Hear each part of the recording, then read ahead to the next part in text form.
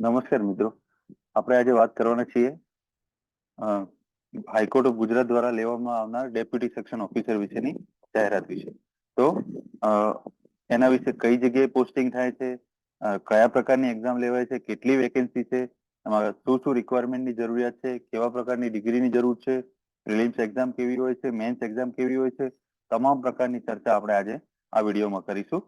તો તમે છેલ્લે સુધી જોતા રહેજો મિત્રો, કારણ કે જે આપને જણાવવા જઈ રહ્યો છું એ I have already attempted twice this mains exam of the high court deputy section officer.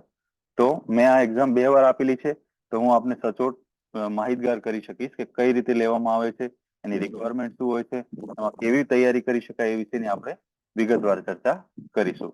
તો પહેલા વેકેન્સી વિશે જોઈ લઈએ. તો છેલ્લા 10 વર્ષથી એક્ઝામ લેવામાં આવે છે, જેમાં ત્રીજો રાઉન્ડ છે. તો પહેલી 2017માં મેં આપેલી હતી મેન્સ એક્ઝામ, બીજી એક્ઝામ 2021માં આપેલી હતી અને ત્રીજી એક્ઝામ હવે આ 2024માં લેવાશે, જેની મેન્સ કદાચ 25માં પણ લેવાઈ શકે અથવા તો 24માં પણ લેવાઈ શકે. તો વાત કરીએ તો આ પોસ્ટ વિશે, તો ડેપ્યુટી સેક્શન ઓફિસર એટલે જે પ્રમાણે સબઓર્ડિનેટ કોર્ટમાં આસિસ્ટન્ટ તરીકે જેમ વર્ક કરતા હોય એ જ રીતે હાઈકોર્ટની અંદર at the Gujarat high court Ahmedabad ત્યાં જે રીતે કર્મચારી આસિસ્ટન્ટના જેવું ઓફિસ વર્ક કરતા હોય તેમને એઝ અ પોસ્ટને ડેપ્યુટી સેક્શન ઓફિસર કહેવામાં આવે છે. તો ટોટલ કેટલી જગ્યાઓમાં જાહેરાત છે, તો 122 જગ્યાઓ માટે જાહેરાત પ્રસિદ્ધ કરવામાં આવી છે, જેનું પે સ્કેલ હોય છે 39,900 થી કરી, એટલે આ બેઝિક ની વાત કરવામાં આવી છે, જેની ઉપર તમામ પ્રકારના આપને એલાઉન્સીસ મળવા પાત્ર છે. તો 39,900 આપનો બેઝિક હશે, પ્લસ એની ઉપર મોંઘવારી એટલે કે ડીએનએસ એલાઉન્સ ડીએ આપને 46% મળવા પાત્ર છે. એચઆરએ આપને અમદાવાદ પ્રમાણે 30% મળવા પાત્ર છે, તથા city allowances, medical allowances, travel allowances, transport allowances, એ તમામ પ્રકારના નેશનલ પેન્શન સ્કીમ ડિડક્શન, એ તમામ પ્રકારના એલાઉન્સીસ પ્લસ આપને મળવા પાત્ર છે તથા ડિડક્ટ થવા પાત્ર છે. તો એ આ માત્ર અહીં બેઝિક ની વાત કરવામાં આવી છે. ટોટલ સેલેરી આપની સ્ટાર્ટિંગ આ પોસ્ટ માટેની 69 to 70,000 સ્ટાર્ટિંગ થશે. 39,900 પ્લસ એની ઉપર ડીએનએસ એલાઉન્સીસ આપને મળવા પાત્ર થશે 46% અથવા જે પણ એ સમય સરકારના ધારાધોરણ પ્રમાણે ચાલુ હશે મળવા પાત્ર આપને થશે. પ્લસ બાકીના એચઆરએ 30%, અમદાવાદ સિટીમાં જ પોસ્ટિંગ હશે એટલે એ પ્રમાણે એચઆરએ 30% આપને મળવા પાત્ર થશે. સિટી એલાઉન્સીસ આપને મળવા પાત્ર થશે, મેડિકલ એલાઉન્સીસ આપને મળવા પાત્ર થશે, ટ્રાન્સપોર્ટ એલાઉન્સ આપને મળવા પાત્ર થશે, વત્તા એનપીએસ ના જે પણ 10 અને 14% ડિડક્શન છે એ પણ આપને મળવા પાત્ર થશે અને એ પ્રમાણે ડિડક્શન પણ થશે. તો એ વિશે વાત કરીએ વેકેન્સીની, તો ટોટલ 122 વેકેન્સી છે, જેમાં જનરલ કેટેગરીની 66, એસસી ની 3, એસસી ની 12, એસસીબીસી ની 29, ઈડબ્લ્યુએસ ની 12 છે. જેમાં મહિલાઓ માટે પણ વર્ગીકરણ કરવામાં આવ્યું છે.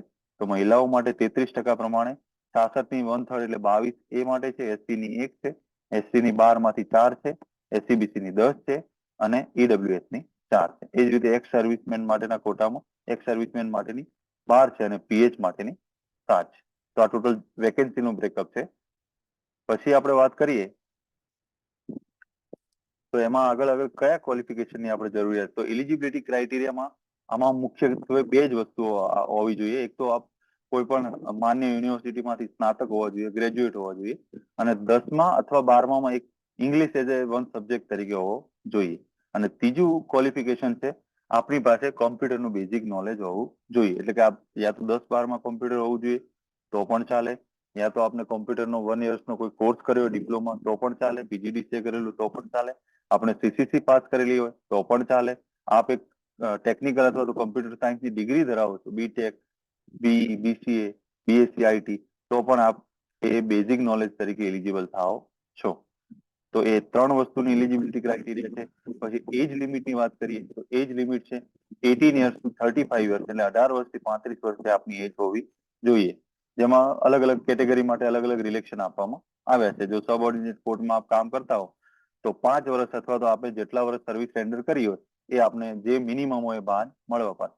એસસી એસટી એસસીબીસી માટે બીજા 5 એટલે 40 વર્ષ, વુમન કેન્ડિડેટ માટે પણ 5 એટલે 40 વર્ષ સુધી આપણે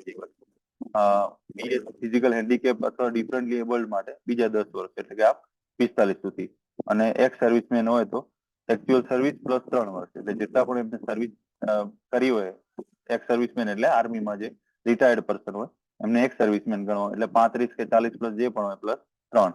મેક્સિમમ આ બધાની રિલેક્શન હશે 45 વર્ષ સુધી આપને આપવામાં આવશે. તો આ એ જ વિશેની વાત હતી. હવે વાત કરીએ એક્ઝામિનેશન. તો મોસ્ટલી ઘણા બધા તમે વિડીયો જોયા હશે, એમાં એક્ઝામિનેશન વિશે ક્લિયર કોઈને પણ ખબર હોતી નથી. એવા વ્યક્તિને ખબર હોય જે એક્ઝામમાં બેઠો હોય એને ખબર હોઈ શકે. તો હું ઓલરેડી 2 એટેમ્પ આપેલા છે મેં, પ્રિલિમ્સ વત્તા મેન્સના 2017માં પ્લસ 2021માં. હમણાં લેટેસ્ટલી 6-7 મહિના પહેલા જેનું રિઝલ્ટ આવ્યું, જેમાં મેન્સમાં ના મેરિટમાં ના ક્વોલિફાય થયા હું. તો એલિમિનેશન ટેસ્ટ હોય તો એમાં ઓબ્જેક્ટિવ ટાઈપની, જે પ્રમાણે આસિસ્ટન્ટ અને બાકી એક્ઝામની જે પ્રમાણે લેવામાં આવે છે ક્લાસ 3 ની, એ પ્રમાણે જ લેવામાં આવે છે. જેમાં અલગ અલગ કરંટ અફેર 100 માર્ક્સની હોય છે, જેમાં દરેકનો એક MCQ નો 1 માર્ક્સ હોય છે. 0.3 થી નેગેટિવ હોય છે, જેમાં બધા જ ક્વેશ્ચન ઇંગ્લિશ લેંગ્વેજમાં હોય છે. ગુજરાતીનો જે સેક્શન હોય છે 20 માર્ક્સ ક્વેશ્ચન, એ ખાલી ગુજરાતીનો હોય છે, જેમાં આપણને 1.5 કલાકનો સમય એટલે કે 90 મિનિટનો સમય આપણને આપવામાં આવે છે.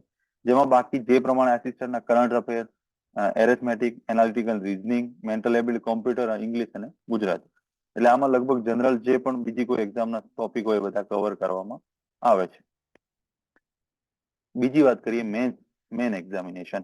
તો આમાં મેન એક્ઝામિનેશનમાં 100 માર્ક્સ લખી દેવામાં આવ્યું છે, પણ 100 માર્ક્સમાં નું બાયફર્કેશન આ રીતે થાય છે કે 50 માર્ક્સનું ઇંગ્લિશ રાઇટિંગ હોય છે, જેમાં essay, letter, job application, translation, comprehension, આ પ્રકારે 50 માર્ક્સનું પૂછવામાં આવે છે. અને બાકીના જે 50 માર્ક્સ છે એમાં 30 માર્ક્સનું કરંટ અફેર, જેમાં કરંટ અફેર જે રિલેટિવ હોય અથવા તો વર્ષ દરમિયાન જે પણ બન્યું હોય. બાકીના 15 માર્ક્સનું જીકે એટલે જનરલ નોલેજ પૂછવામાં આવે છે, જે કોઈ પણ ઓલ્ડર પણ હોઈ શકે. સ્ટેટિક જનરલ નોલેજ પૂછવામાં આવે છે મેન્સ એક્ઝામમાં, જેમાં 1 લાઇનર ક્વેશ્ચન જ હોય છે મોસ્ટલી, જેમાં આપણને કોઈ પણ 20 ઓપ્શન ઘણીવાર આપવામાં આવે છે, એમાંથી 15 કરવાના હોય છે. જીકેમાં પણ 20 ક્વેશ્ચન આપવામાં આવે, જેમાં કોઈ પણ 15 કરવાના હોય છે. અને લાસ્ટ 20 માર્ક્સ છે એમાં આપણે મેથ્સના એરેથમેટિકના ટર્મ્સ પૂછવામાં આવે છે, જે આપણે ડિસ્ક્રિપ્ટિવ મેથડથી સોલ્વ કરવાના હોય છે, જે દરેક 10 ટર્મ આપવામાં આવે છે 2-2 માર્ક્સના. એમાં પણ 15 ઓપ્શન આપવામાં આવે છે, જેમાંથી એની 10 કોઈ પણ પહેલા 10 આપને જે પ્રિફર થાય, આપને જે ઈઝી લાગે એ કરવાના હોય છે. તો આ રીતે બાયફર્કેશન થાય છે મેન્સનું. 50 માર્ક્સ ઇંગ્લિશ રાઇટિંગ, જેમાં એસે, જોબ એપ્લિકેશન અથવા તો લેટર અથવા તો report, or we can say translation પણ પૂછવામાં આવે છે, કોમ્પ્રિહેન્શન પણ પૂછવામાં આવે છે, શોર્ટ નોટ પણ પૂછવામાં આવે છે. ઘણીવાર સિનોનિયમ, એન્ટોનિયમ પણ પૂછવામાં આવે છે. તો એ પ્રકારનું એલિમિનેશન ટેસ્ટ હોય છે. એવી રીતે મેન્સ એક્ઝામ બાકીના 30 માર્ક્સનું 15 માર્ક્સમાં જીકે અને 15 માર્ક્સમાં કરંટ અફેર અને બાકીના 20 માર્ક્સનું મેન્સ. તો 100 માર્ક્સના મેન્સનું આ રીતે બાયફર્કેશન થાય છે. પણ મેન્સ ક્યારે આપણે ક્વોલિફાય થાવ? જ્યારે આપણે એલિમિનેશનમાં 50% એલિમિનેશન ટેસ્ટ હોય એમાં 50% માર્ક્સ લાવો છો, અથવા તો તમે મિત્રો જો કેટેગરીમાં આવો તો 45% માર્ક્સ લાવો છો, તો આપ મેન્સ માટે એલિજિબલ આવો છો. પછી એ રીતે મેન્સ આધારે આપણે સિલેક્શન લિસ્ટ ક્લિયર કરવામાં આવે છે. તો અત્યાર સુધી જે રિક્રુટમેન્ટ હતી જેમાં 50-60 એટલી જ પોસ્ટ હતી. આ ફર્સ્ટ ટાઈમ છે કે 100 ની ઉપર ક્રોસ થાય છે. એટલે તમે જો 65-70 ની આસપાસ જો મેરિટ બને આપણું મેન્સનું, તો તમે જોબ માટે કદાચ એલિજિબલ પણ થઈ શકો. એ પ્રમાણે પેપર ઉપર ડિપેન્ડ કરે છે. પણ 70 પ્લસ હોય તો તમે આરામથી આ એક્ઝામ માટે, આપનું ઇંગ્લિશ સારું હોય, મેથ્સ સારું હોય, તો આરામથી ક્વોલિફાય થઈ શકો મેન્સ એક્ઝામ અને જોબ પણ મેળવી શકો. પછી વાત કરીએ તો મેરિટની વાત કરીએ તો મિનિમમ એલિજિબિલિટી 45 માર્ક્સ છે પ્રિલિમ માટે, કેટેગરી વાળા માટે, અને બાકી ઓપન માટે 50 માર્ક્સ. પછી વાત કરીએ તો આ એક્ઝામિનેશનની ફીસ કેટલી હોય છે? તો આ મોસ્ટલી આપ જાણો છો કે અનરિઝર્વ માટે 1500 રૂપિયા હોય છે. ઓલમોસ્ટ કોમ્પ્યુટર ઓપરેટરની 1500, ડેપ્યુટી સેક્શનની 1500, સ્ટેનોગ્રાફરની પણ 1500 રૂપિયા હોય છે. કેટેગરી વાળા માટે 750 રૂપિયા હોય છે. ડ્રાઈવર માટેની 1000 છે, એટલે 500 છે. પોર્ટ એટેન્ડન્ટ એટલે કે પ્યુન અથવા પ્યુન સેમ લેવલ હોય છે. પણ આ બધી પોસ્ટ છે જેની રિક્રુટમેન્ટ હાઈકોર્ટની અંદર થવાની છે. એ વાતનું ધ્યાન રાખીશું આપણે કે we only posted at the high court of Gujarat at Ahmedabad only. આ બધાની જે રિક્રુટમેન્ટ છે એ બધાનું પોસ્ટિંગ હાઈકોર્ટ અમદાવાદની અંદર થશે. બાકીની જે ડિસ્ટ્રિક્ટ કોર્ટ અથવા તો ઇન્ડસ્ટ્રીયલ કોર્ટ, લેબર કોર્ટની છે, તેની સબઓર્ડિનેટ ક્લોઝના બધા જિલ્લા પોસ્ટેટમાં થઈ શકે. એક વિદ્યાર્થી મિત્રે પ્રશ્ન કરેલો કે ડેપ્યુટી સેક્શન કોમ્પ્યુટર ઓપરેટરની પોસ્ટિંગ જિલ્લા લેવલે થઈ શકે? તો ના, જિલ્લા લેવલે કરવામાં આવતી નથી. એની પોસ્ટિંગ કમ્પલસરી હાઈકોર્ટના અલગ અલગ વિભાગમાં કરવામાં આવે છે. જો કોમ્પ્યુટર ઓપરેટર, જેના ઓપરેટર રિલેટેડ કામ કરવાનું હોય છે. તો એની ફીસ વિશેનું બાયફર્કેશન છે, જે કેટેગરી પ્રમાણે અથવા તો ત્યાં હશે. હવે વાત કરીએ તો મોડ ઓફ એક્ઝામિનેશન તો છે આપણી વચ્ચે. હવે જે પ્રિલિમ એક્ઝામ નું સેન્ટર છે કોઈ પણ જગ્યાએ યા તો અમદાવાદ યા તો કોઈ પણ જગ્યાએ આવી શકે, જેમાં અહીં તમને 3 કલાકનો પ્રિલિમ એક્ઝામમાં 1.5 કલાકનો સમય આપવામાં આવતો હતો, અલગ અલગ subject current affair maths. Mains એક્ઝામમાં આપને 3 કલાકનો સમય આપવામાં આવે છે, જે ઇનફ છે ઓલરેડી. જેમાં સેક્શન એમાં જનરલ ઇંગ્લિશ અને પાર્ટ બી માં જનરલ નોલેજ. જનરલ નોલેજમાં મેં આપને બાયફર્કેશન આગળ કહ્યું એમ 15 માર્ક્સનું જીકે, 15 માર્ક્સનું કરંટ અફેર અને 20 માર્ક્સનું મેથ્સ પૂછવામાં આવે છે ડિસ્ક્રિપ્ટિવ, જેમાં 10 સમ પૂછવામાં આવે છે મેથ્સના 2-2 માર્ક્સ. પેપરનું લેંગ્વેજનું મેથ્સનું ટોટલી ઇંગ્લિશ જ હોય છે, ક્યાંય ગુજરાતી હોય. એટલે તમામ પ્રકારના ક્વેશ્ચન છે મેથ્સના, જીકેના અથવા તો ઇંગ્લિશના, બધા જ નું મીડિયમ ઓફ લેંગ્વેજ ઇંગ્લિશ જ હોય છે. એ પણ આપણે ધ્યાન રાખવાનું રહેશે. અને જે અમદાવાદ જ મોસ્ટલી લેવામાં આવે છે, કેમ કે નંબર ઓફ કેન્ડિડેટ ઓછા હોય ક્વોલિફાય થવા વાળામાં, તો અમદાવાદમાં એરેન્જમેન્ટ થાય છે, અથવા તો બીજા કોઈ મોટી મેટ્રો સિટીમાં એનું એરેન્જ, જેમાં આપણને કમ્પલસરી 40% માર્ક્સ લાવવા કમ્પલસરી છે મિનિમમ ક્વોલિફાય પાસ થવા માટે. પછી મેરિટમાં તમારા મેરિટ પ્રમાણે કેટેગરી પ્રમાણે આપને ચૂઝ કરવામાં આવે છે, જેનું વેઇટિંગ લિસ્ટ પણ પ્રિપેર કરવામાં આવે છે.